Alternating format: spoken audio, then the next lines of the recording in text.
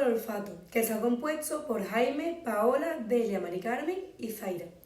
El olfato es el sentido encargado de detectar y procesar los olores. Se ha definido el olfato como un sentido químico en el que actúan como estimulantes las partículas aromáticas que son desprendidas de los cuerpos volátiles, que a través del aire respirado entran en contacto con el epitelio olfativo, situado en la profundidad de las fosas nasales detrás de la nariz. Soy Paola y voy a hablar sobre la anatomía del olfato, comenzando por las fosas nasales, dentro de las cuales se encuentran unas células que participan en el sentido del olfato. Las fosas nasales están recubiertas con una mucosa llamada pituitaria. El vestíbulo nasal está recubierto con un tejido formado por pelos gruesos y cortos que limpian el aire que entra por nuestra nariz de polvo y partículas, evitando que estos pasen a los pulmones. La cavidad nasal, en su interior se encuentran los tres cornetes, el superior, el medio y el inferior, que son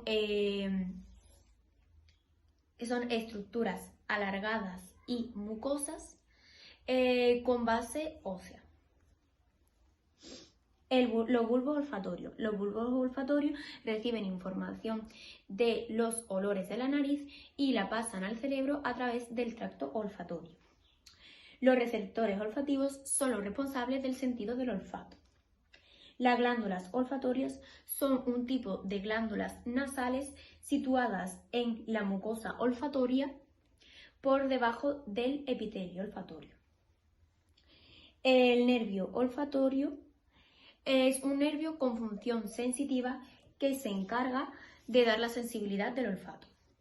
El hueso etmoides es un hueso esponjoso e irregular del cráneo. La membrana olfatoria produce mucosa y la nasofaringe comprende la nariz y la garganta. Hola, yo soy Mari Carmen Nava y voy a explicar la histología del olfato. Comenzamos diciendo que nuestro órgano receptor de este sentido es la nariz, la cual es la vía de ingreso a las vías respiratorias. Además, esta tiene unas funciones tanto receptora como protectora, ya que se encarga de que no entren esas partículas que puedan dañar a la estructura interna de nuestro organismo, como son los pulmones. La nariz carece de hueso, a cambio lo que tiene es cartílago, que tiene función de sostén. Toda la cavidad nasal está recubierta por epitelio respiratorio, es decir, mucosas. Las partes que componen a la cavidad nasal estas son los cilios olfatorios, las células olfatorias, las células basales y la lámina propia. Ahora vamos con las partes de la cavidad nasal. En primer lugar, vamos a hablar de los cilios olfatorios. Estos tienen una estructura similar a la del resto de las vías respiratorias. Sin embargo, en este lugar se encuentran mucho más alargados. Van a ser los encargados de reconocer las moléculas olorosas y de llevar su información sobre ellas. Por lo tanto, van a tener los cilios una función receptora. Van a ser los encargados de captar los estímulos del medio y llevarlos al órgano principal, que en este caso es el cerebro. En este caso, pues los estímulos van a ser los olores, que lo vamos a poder detectar gracias a las sustancias químicas que genera cada olor y nos van a determinar olores agradables o desagradables. Los cilios van a conformar el epitelio y estos van también a conformar las células olfatorias, las cuales se estimulan gracias a la llegada de los olores. Van a seguir los cilios un patrón cilíndrico pseudoestratificado. Luego nos vamos a encontrar a las células olfatorias, que como ya hemos dicho han sido estimuladas por los cilios anteriormente. Luego pasamos a las células basales, cuya función es delimitar el epitelio.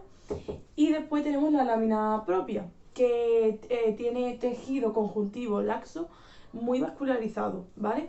En ella también pues, nos vamos a encontrar células de Schwann para impulsar ese impulso eléctrico y glándulas de Bowman, que van a ser las encargadas de mantener la mucosidad dentro del epitelio.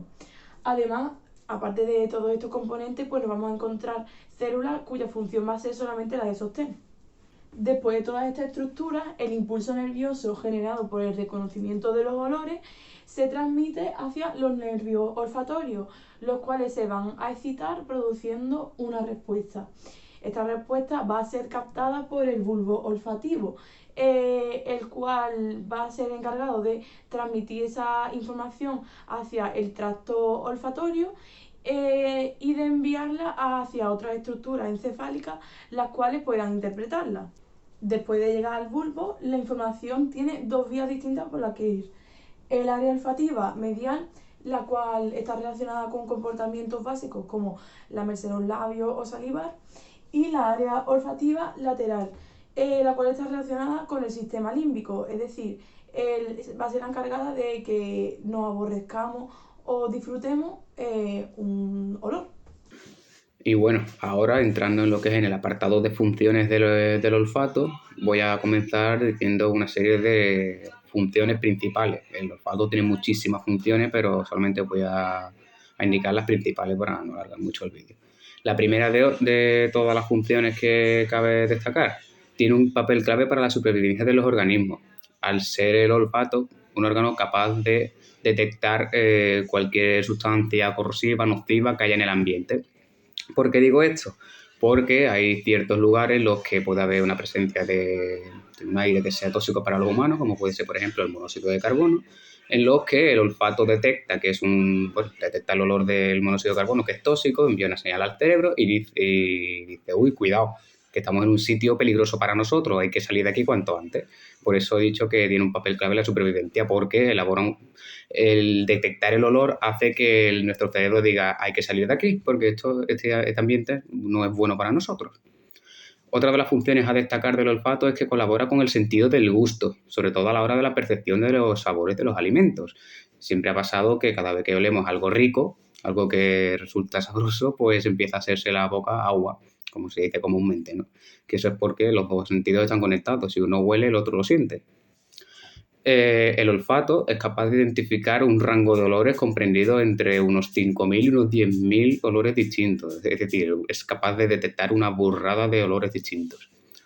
Se ha demostrado científicamente que el olfato es el mejor órgano, el mejor órgano de los sentidos que refuerza la memoria, incluso por encima de la visual, o sea, de la memoria fotográfica, como cuando, por ejemplo, estudiamos cualquier cosa, o incluso el oído o incluso el gusto.